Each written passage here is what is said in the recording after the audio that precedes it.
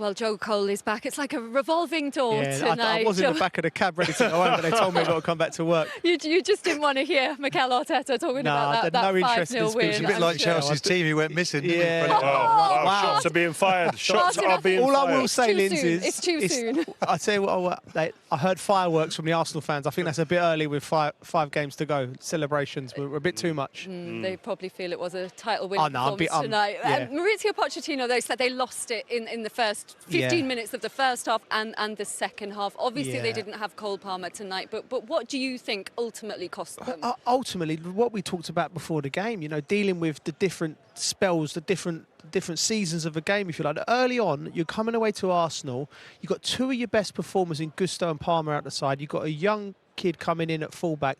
He needs to be protected, they need to be at it. For the first goal, Havertz just wanders into space. Both centre-halves leave him go in there.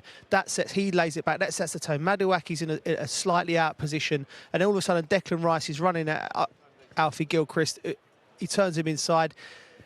And they concede a goal. They come back in the game with a little bit of quality. But ultimately, in them crucial moments in the game, they didn't show enough maturity. So I think it's frustrating for the manager. You can hear that in his voice. Next game against Villa is crucial because they have to bounce back. It has to be a better performance. My phone's been blowing up. The fans message me. So I think there's losing the game, and then there's losing the game to your London rivals in that fashion. And I think that really sticks with the fans. I really do. None of us, I think, will be surprised if come the weekend Chelsea get a result against Villa. This is the way this Chelsea team are. But I don't. Well, they went from a 6-0 win to a 5-0 defeat. Yeah. That kind of sums them up. Exactly, that's them in a nutshell. But what I would say is that I think Mauricio Pochettino, when he gets an appraisal done at the end of the season, I think that would be one of the first things he says. What do you expect? I've got one of the youngest squads around. I've invested in loads of potential. Not real end product all over the park. You can sort of say one of the youngest teams they've put out in a London derby. Yeah. And we were saying before, where's the experience when there's going to be a rocky moment in this game, which inevitably there are in every game? Where are the people and the characters that are going to drag the younger players along and say, follow me? The main one was on the bench today, Thiago Silva, but he's 38 years old. He's out of contract in the summer as well. You would expect him probably to go. Is that what he's missing? They've got to get that experience sprinkled through the side. Of course, the balance of recruitment has been wrong, and they spent a fortune, £1 billion worth of signings. It's unbelievable. There has to be some harsh words, and it has to be from the manager as well. He's tripping him over himself not to have a go at these players. I see that, he's mindful, but the messages are not there for the players. Poor start to the match, both halves.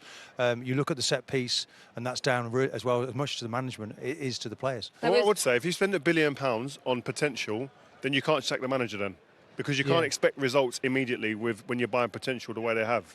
So I'm really interested to see how this summer goes in terms of the management situation. The patience is wearing thin with the fans, definitely, and clearly there's not a feeling that it's all down to inexperience as well. There was a banner in the crowd tonight saying, I don't want your shirt.